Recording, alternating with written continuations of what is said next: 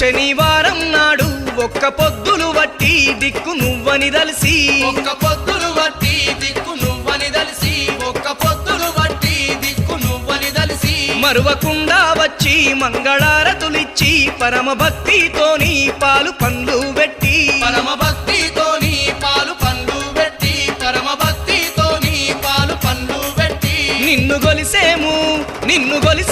ఓ జగన్నాథ కన్న తండ్రి వంటు నీ భక్తులమంతా